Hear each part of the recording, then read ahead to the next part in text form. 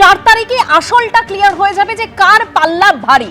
কিন্তু এই যে ভোটের যে পার্সেন্টেজ, এটা আমরা বারবার বলছি, একেবারে প্রথম দফায় যেভাবে ভোটের পার্সেন্টেজ ছিল, দ্বিতীয় দফাতেই ইভিএম উপচে পড়েছে ভোট। 93% বেশি ভোট পড়েছে এই দুটো দফাতে। তবে এক্ষেত্রেও কিন্তু একেবারে রাজনৈতিক তরজা একেবারে চরমে পৌঁছেছে। কুণাল ঘোষ তিনি কি বলছেন, যে যত বেশি ভোট তত জোরালো প্রত্যাবর্তন মমতা বন্দ্যোপাধ্যায়ের। ভোটের শতাংশ বৃদ্ধি নিয়ে জয় পরাজয়ের কোনো সম্পর্ক নেই, এরকম স্পষ্ট দাবি করছেন কুণাল ঘোষ। আমি নিজে 18ই ডিসেম্বর 2025 কমাস আগে আপনাদের সামনেই অঙ্ক কষে বলেছিলাম এবার পার্সেন্টেজ অফ ভোট বেশি হবে। এর সঙ্গে তৃণমূলের তৃণমূল কম ভোট পাবে এর কোনো সম্পর্ক নেই। আমরা বলছি যত বেশি ভোট তত জোরালো প্রত্যাবর্তন মমতা বন্দ্যোপাধ্যায়ের। একদম সোজা অঙ্ক। আগে 100 জন স্টুডেন্ট থাকলে 75 জন পরীক্ষা দিয়েছেন, এবার 90 জন স্টুডেন্ট 75 জন পরীক্ষা দিয়েছেন, ফলে পার্সেন্টেজ বেশি হবে। যারা বৈধ ভোটার বাদ গেছে আমরা সেইটা নিয়ে লড়াই করছি, কিন্তু যারা প্রয়াত, যারা ঠিকানা চেঞ্জ করেছেন, তো ফলে সেখানে পার্সেন্টেজ অফ ভোট বাড়বে। এটা সরল পাটিগণিত, এটার সঙ্গে তৃণমূলের জয় পরাজয়ের কোনো সম্পর্ক নেই। তৃণমূলের জয় যতটা ছিল ততটাই থাকবে এবং তার থেকে বাড়বে। আমি এখান থেকে রবীন্দ্রনাথ বাবুর কাছে যাবো। রবীন্দ্রনাথ বাবু, আমরা যদি দেখি প্রথম দফায় 93% ক্রস করেছে, দ্বিতীয় দফায় একেবারে 93% ছুঁয়েছে, কিন্তু বিষয়টা যেটা, এই যে কার ভাগ্যের চাকা ঘুরে যাবে এই বিষয় নিয়ে এই যে তরজা চলছে, কি মনে হয় ব্যাখ্যাটা কোন জায়গায়? এতটাই কি সহজ? দেখুন, প্রথম কথাই বলি যে আমি মমতা বন্দ্যোপাধ্যায়ের একটা প্রশ্নের সঙ্গে, যে কে কাকে টাকা দিয়েছে আমি জানি না, কিন্তু মমতা বন্দ্যোপাধ্যায় যেটা বলেছেন সেটা একদম ঠিক। এই এক্সিট পোলগুলো না আমার ভরসা নেই, কারণ আমি এই কারণে ভরসা নেই বলছি, আমি আমার রাষ্ট্রবিজ্ঞানের দিক থেকে বলছি।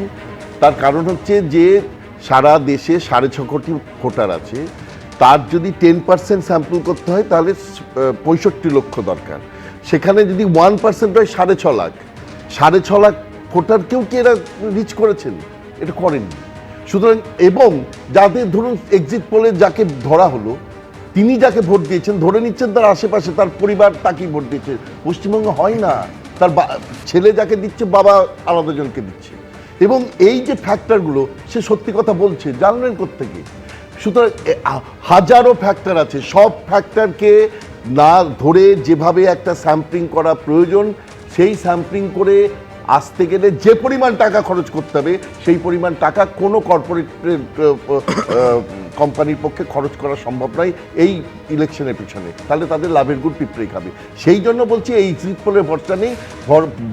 ভোটের বাক্সে কি আছে ভোটের 4 তারিখই বোঝা যাবে, কে কত পাবে সেটা 4 তারিখই পরিষ্কার হবে। কিন্তু এই যে 93% ভোট, এটা কিন্তু একটা দুটো নিশ্চয়ই এসআইআর এর জন্যে ভোটের যে টোটাল নাম্বার অফ ভোট, সেটা যে ভোটার যে টোটাল নাম্বার সেটা কমে গেছে। সুতরাং ভোটারদের যে সংখ্যা হার সেটা বেড়েছে, এটা সবাই বুঝতে পারছে। কুণালবাবু এটা বহুজন বলেছেন, আমার বলার দরকার নেই। কিন্তু যে জায়গাটার এমন ফ্রি ফেয়ার ওয়েতে ভোটটা হয়েছে, মানুষের কিন্তু স্বতঃস্ফূর্ত সমর্থন এসছে, বহুভাবে তারা এসছে যে তারা ভোটটা দেবেই।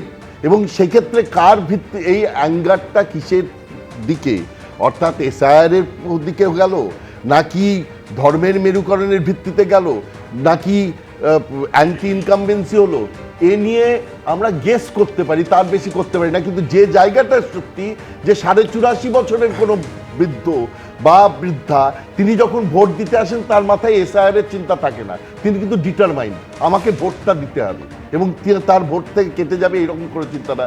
এই জায়গাটা হচ্ছে অ্যাঙ্গারটা কার বিরুদ্ধে গেল, এত স্বতঃস্ফূর্ত ভোট, এইটা 4 তারিখের আগে আমরা জানতে পারবো। একদমই 4 তারিখের আগে সত্যি বোঝা সম্ভব নয়। অর্থাৎ একদিকে দেখুন ভোটের শতাংশ, তার মধ্যে হচ্ছে কে কত আসন পাবে তা নিয়ে সংঘাত একেবারে চরমে পৌঁছেছে। তার মধ্যেই আবার গণনা কেন্দ্র নিয়ে একেবারে জল গড়ালো আদালত পর্যন্ত। গণনা কেন্দ্রে কারা থাকবে?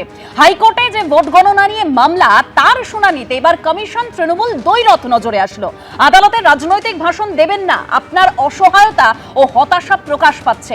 আইনজীবী কল্যাণ বন্দ্যোপাধ্যায়কে উদ্দেশ্য করে মন্তব্য করেছেন কমিশনের আইনজীবী। এবিপি আনন্দ, এগিয়ে থাকে, এগিয়ে রাখে।